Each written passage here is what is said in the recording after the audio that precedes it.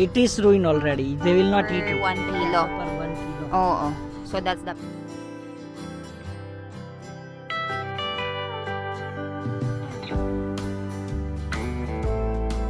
kilos kada bundle. So ayan.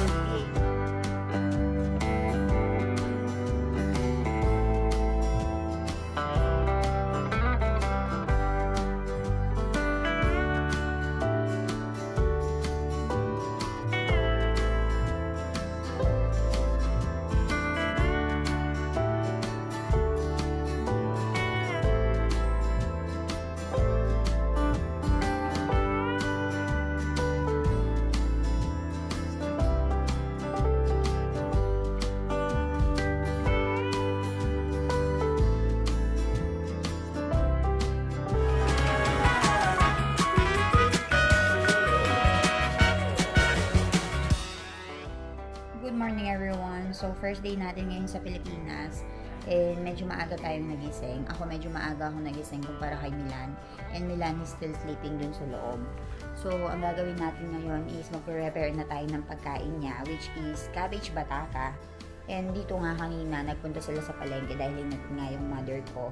So meron na ditong dinalang mga cabbage and potato, and lulutuin ko na siya para meron nang makain si Doc Milan mamaya. So papakita ko yung pinadala. So, ayan guys, meron tayo ditong mga kalamansi. Meron tayo ditong cabbage. And, dito naman, meron tayong patatas.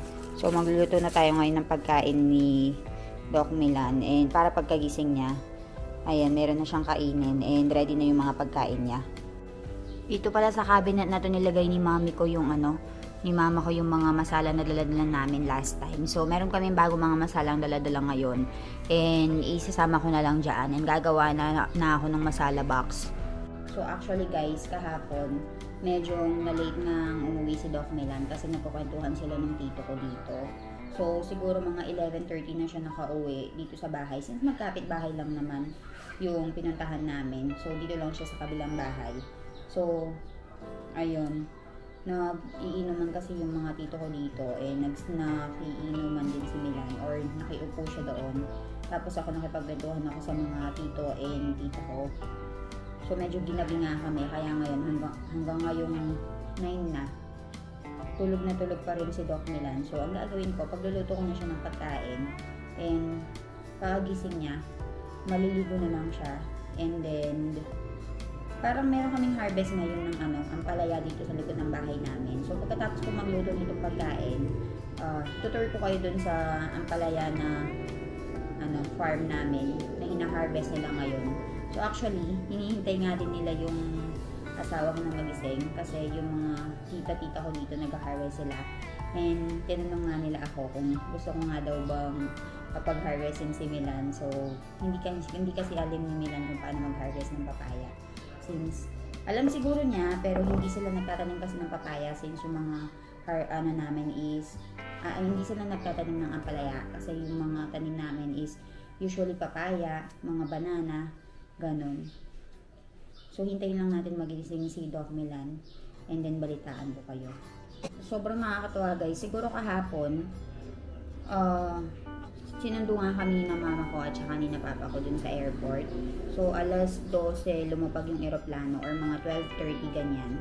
Pagkatapos, nakauwi kami ng bahay ng alas 4 yata or alas 5 na kasi sobrang traffic.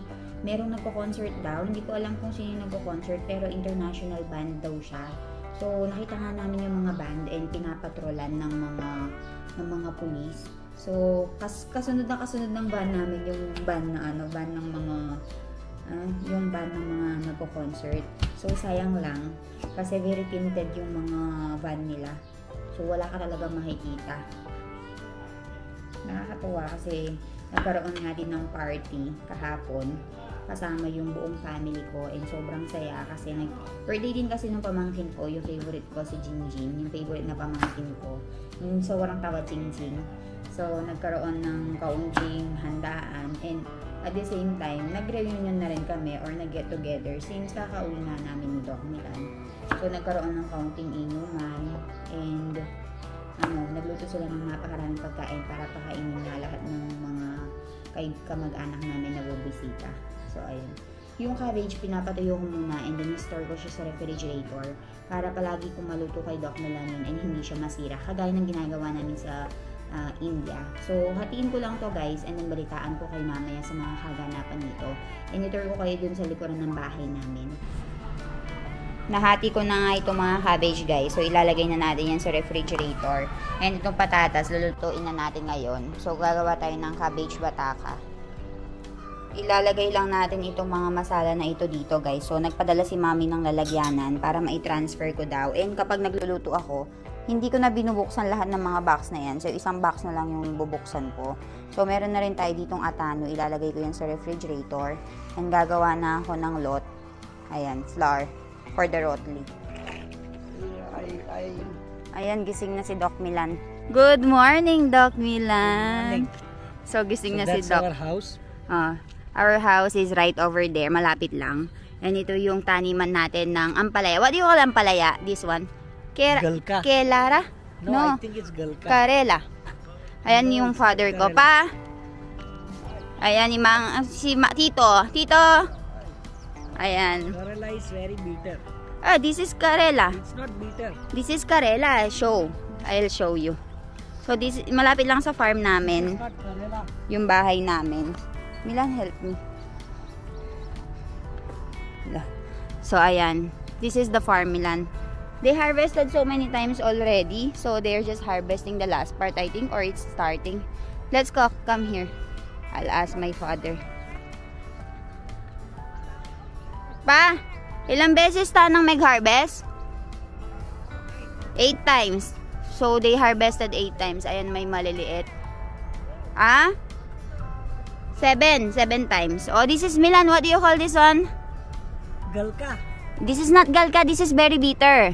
This is Ampalaya. Ampalaya, then it's not Karela at least. At least that small. In Karela is only this small. Ali, this is the version of our Karela. This is very bitter. What are you using in Methi? Methi? Senogric seeds. No, it's different one then. But this is ampalaya, guys. Meron kaming taniman ng ampalaya dito. No, come here. Don't pour that. Sige tito. Yung mga malalaki daw yung i-harvest natin. So, sinatita, nandito. Darang beng. Lukaran kay Dars? Ayun. And Tita Neneng. Tita Neneng is over there harvesting. Go help Tita Neneng. Because we was very tired. You woke up very late today. Woke up very late today. Actually, Elaine woke up 7:30, but she didn't wake me up. So you can see my eyes. Because you drove, I'm right? Still very sleepy because when you sleep too much, you automatically feel more sleepy. So wake up very early. They did not harvest this one because it's not yet ready. It's still young. So over there, Tita. It's not still young. You can. Tita. This side. Turumen nung nanong i-harvest. Not yet ready na. It's ready. Ready siya. Ayan, Tita Neneng. That's not. They are harvesting over there. This one. And then flowering. You have this small version, that's why. It's not. This is big one. Anong tawag dito sa mga guys? Guys, what do you call this one? Ask Papa what? You call it dotted. Let's see. Kung ano yung hina-harvest nila, kung paano mag-harvest. There's the room. Ay, oo. Ayan, they have a lot of harvest. Ayan, iniipon-ipon nila. Pagkatapos kikiluhin maya-maya. Pilan mong kilo yan pa? 80. 10 kilos na rin. Magkaning kay per kilo? 80 or 100. 100. 80 rupees to 100 80 peso to 100 peso per kilo. So, bubuhatin nila yan. And then, they will bring it there, dun sa bahay. Kikiluhin nila. Let's go over here, Milan. They're putting the Kerala here. Ayan. Tinatambak nila.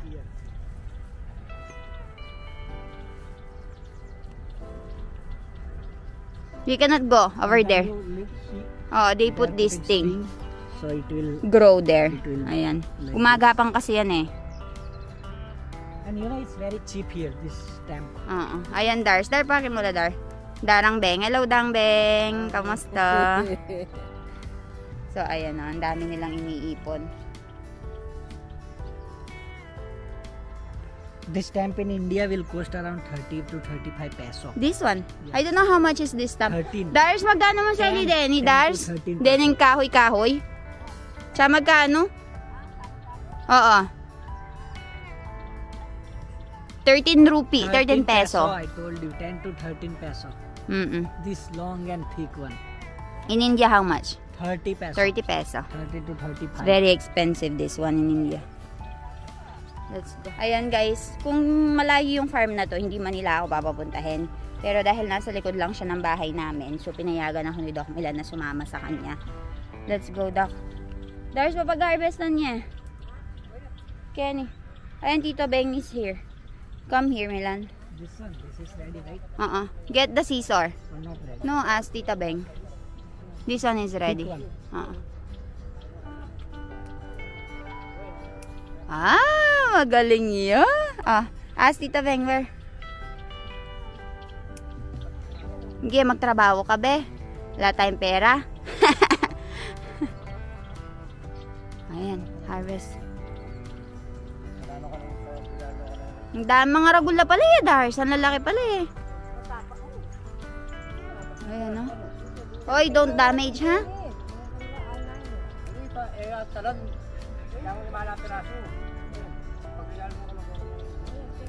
Ayan. You know what they usually do with that, Milan? They boil it. They boil it? And then they eat it with sausawan, toyo mansi, sometimes.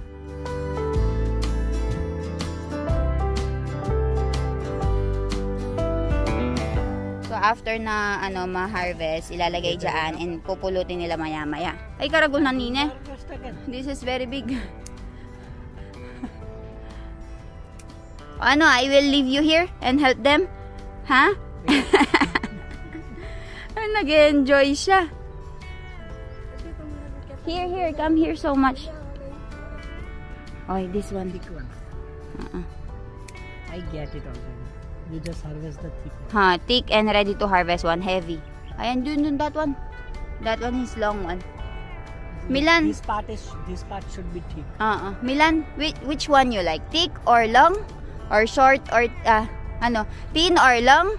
Or short or thick? To beat you? To beat you with this. No, generally speaking. Ayan. Wita ka rin dahil so karakalda? Ano pa pwede reta? Tayo tang maragulo? Pwede na, una tala pa rin. Agis na ng tala pa rin eh. So, Milan, finish this side first. So, no one will be left. So, others are camouflaged. That's why you won't be able to see them. Mag-camouflage la, Odar na, Odar. Pwede na. Sometimes they're hiding. Very good. Oh, diba?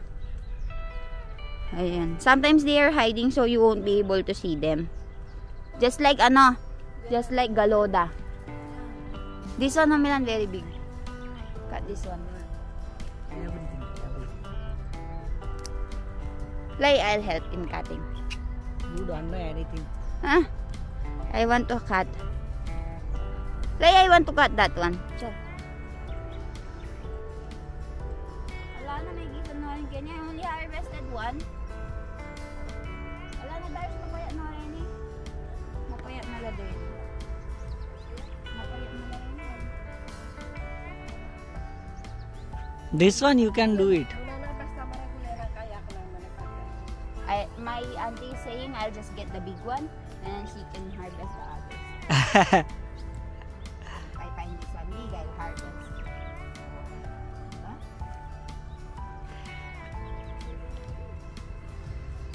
This one is yellow. I don't know if this is ruined already. It is ruined already. They will not eat it. You can already harvest this thing, Ilan. Look, this is thick. It's very thin. No.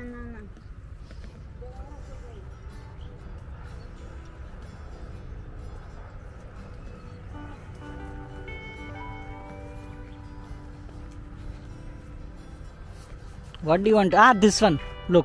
This? Yes. It's thin. Not though, just harvest it. They will sell it, even though it's thin. So, ayan guys, ang gaganda ng mga ampalaya ng harvest. So, yung presyohan daw ngayon is 80 peso per 1 kilo. Per 1 kilo. Oo. So, that's the price. Very good, na? But in India, it's 1,000 rupees, 20 kilo. Not even 1,000. 800 peso, 20 kilo. Not even 800,000 per kilo. Oh. Who said that? This thing? Probably 300, 200 per 20 kilo? Ah, there's in ganun kayong presyo kayong India, 300 rupees, 200 peso, 20 kilos. kilos? Oo. Ikikata mo, 80 peso, 100 peso metong kilo. Ang mahal naman dito sa Pilipinas. But this is very cheap in India then. Farming is very good in Philippines. Oo. I will consider it. Oo. Let's go. So, marami pa yung mga bagong patubo, oh. Napapansin nyo. Patubo pa lang yung mga yan. So, they're gonna wait until this one is big. Hindi yan? So, ayan o, napakadami na nilang hinarvest, guys. So, ayan, kukuhanin pala yan mamaya sa harvest. And Mangisek, hello Mangisek. Hi. And then Mangdoy, kamusta? So, they're, weighing it over there. Oh. Meron tayong pang kilo dito. And binabundle nilang ganyan. Bap, mamandel ka, pen, Bap. So, meron tayong plastic dito. And then, how many kilos bawat bundle? 10 kilos kada bundle. So, ayan, pinagsama-sama nila yung mga malalaki at saka maliliit. Yung mga magagandang klase. So, sineseparate nila. Ayan yung mga malalait. Ayan yung mga magagandang quality. So, ibebenta nila yung mga magagandang quality sa higher price. Ayan yung mga maliliit sa lower price. Reject lang ang tareta pa. May malulot lang. Low pa. O, nanong gaon ka niyang karen pa? Yung may gusto, yung may nangihingi. Bibigyan. So, ito si Tito Doy, sineseparate na niya yung mga patola, ampalaya. And then, they will weigh it there, Milan. Yes. And then, someone will come and pick it up and sell it in the market.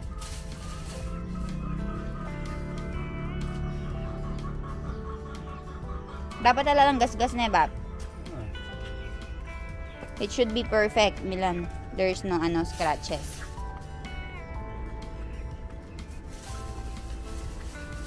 And then after that, they will weigh. Makapilan lang mong piraso rin kayong kilog dito. Ilang piraso mo yung mga yan nasa loob? Nasa 30 pieces. 30 pieces, 10 kilo. Kaya pinapalaki nila yung pinapataba nila para mas mabigat sila. Sa mga 35 pieces malalaki. 35 pieces malalaki. 25. 25 pieces malalaki kapag malalaki. Pero kapag katamtaman yung laki, 30. mga nasa 30 na piraso. Ilang kilo? Ayan, 10 kilo. And ilalagay na nila doon. And ibabundle. So, ganyan siya. And dito yung ginagamit nila sa pangkuha doon. So, kanina nakita nyo si Papa. Kinuha niya gamit yung sako na yan. So, ayan guys, I have roti over here. And then, meron tayong cabbage dito. And ito naman yung kakainin ko. So, let's go. Tara, kain tayo. Kain tayo, Dok. Kain tayo. How was it? Is it different from Philippines? No. Same like India? Barabar. I am asking Doc Milan about the Atano, but he said he don't want to eat Atano right now. So, kain muna kami guys. Balitaan ko kayo mamaya.